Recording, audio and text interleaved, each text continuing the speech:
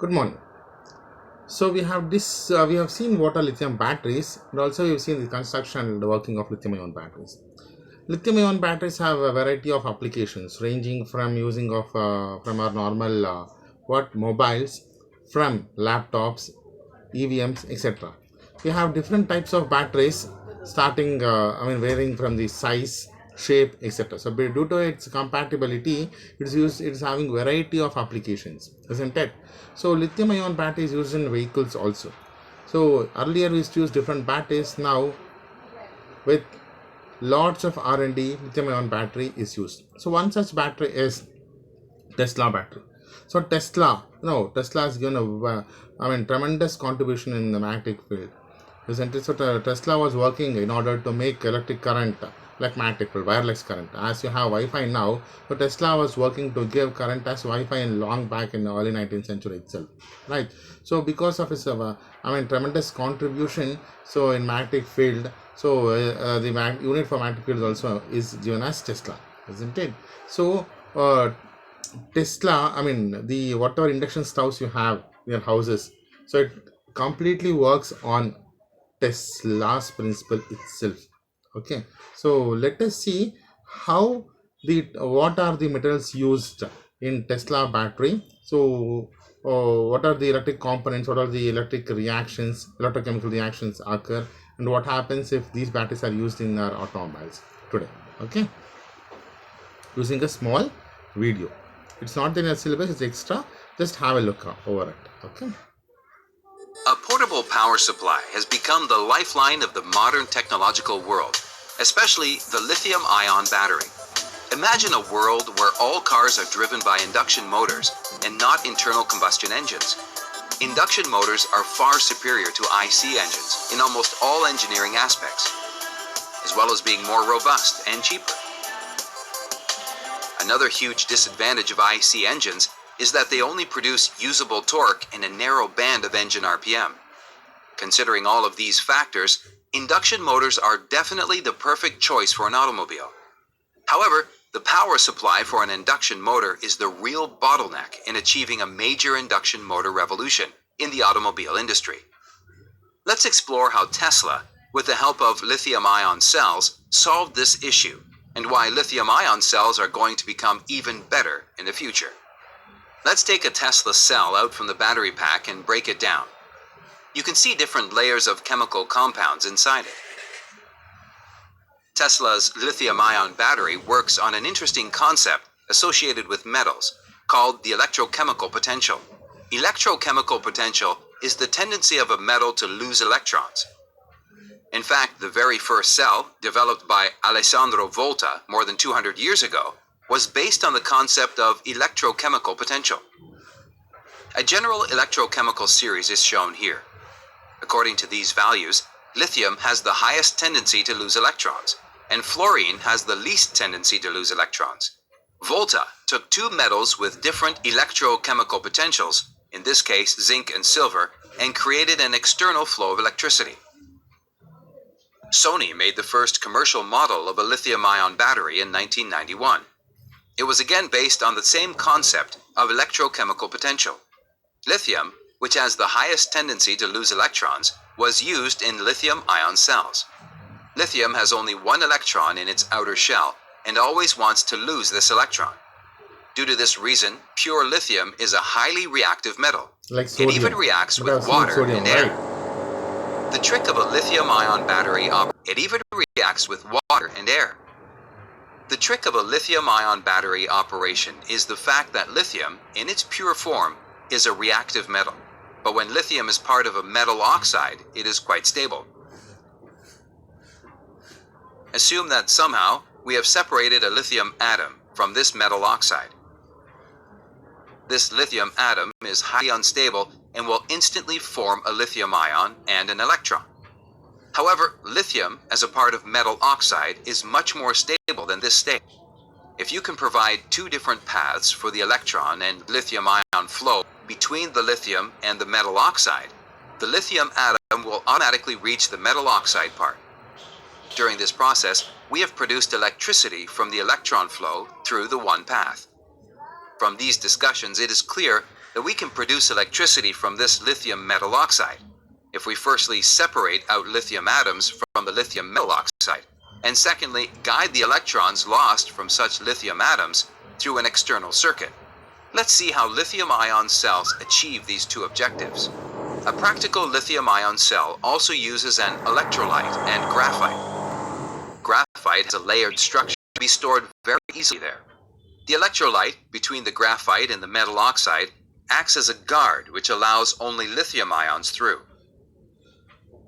Now let's see what happens when you connect a power source across this arrangement. The positive side of the power source will obviously attract and remove electrons from the lithium atoms of the metal oxide. These electrons flow through the external circuit as they cannot flow through the electrolyte and reach the graphite layer. In the meantime, the positively charged lithium ions will be attracted towards the negative terminal and will flow through the electrolyte. Lithium ions also reach the graphite layer space and get trapped there. Once all the lithium atoms reach the graphite sheet, the cell is fully charged. Thus we have achieved the first objective, which is the lithium ions and electrons detached from the metal oxide. As we discussed, this is an unstable state, as if being perched on top of a hill.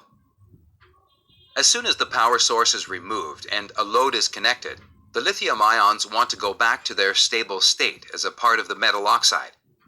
Due to this tendency, the lithium ions move through the electrolyte and electrons via the load, just like sliding down a hill. Thus, we get an electrical current through the load.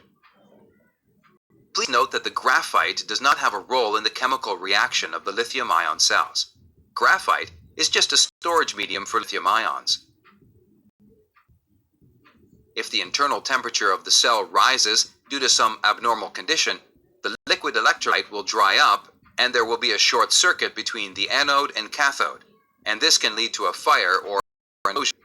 To avoid such a situation, an insulating layer, called a separator, is placed between the electrodes.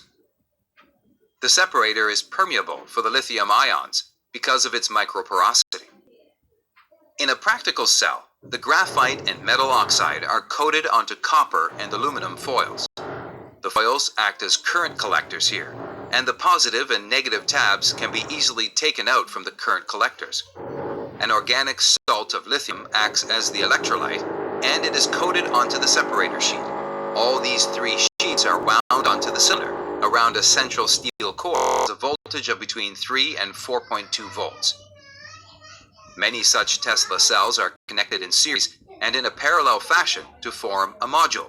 16 such modules are connected in series to form a battery pack in the Tesla car. Lithium-ion cells produce a lot of heat during the operation, and a high temperature will decay the cell's performance. A battery management system is used to manage the temperature, state of charge, voltage protection, and cell health monitoring of such a huge number of cells. Glycol-based cooling technology is used in a Tesla battery pack. The BMS adjusts the glycol flow rate to maintain the optimum battery temperature. Voltage protection is another crucial job of the BMS. For example, in these three cells, during charging, the higher capacity cell will be charged more than the rest. To solve this problem, the BMS uses something called cell balancing. In cell balancing, all the cells are allowed to charge and discharge equally, thus protecting them from over and under voltage. This is where Tesla scores over Nissan battery technology. The Nissan Leaf has a huge battery cooling issue due to the big size of its cells and the absence of an active cooling method. Coolant is also present inside. The small multiple cell design has one more advantage.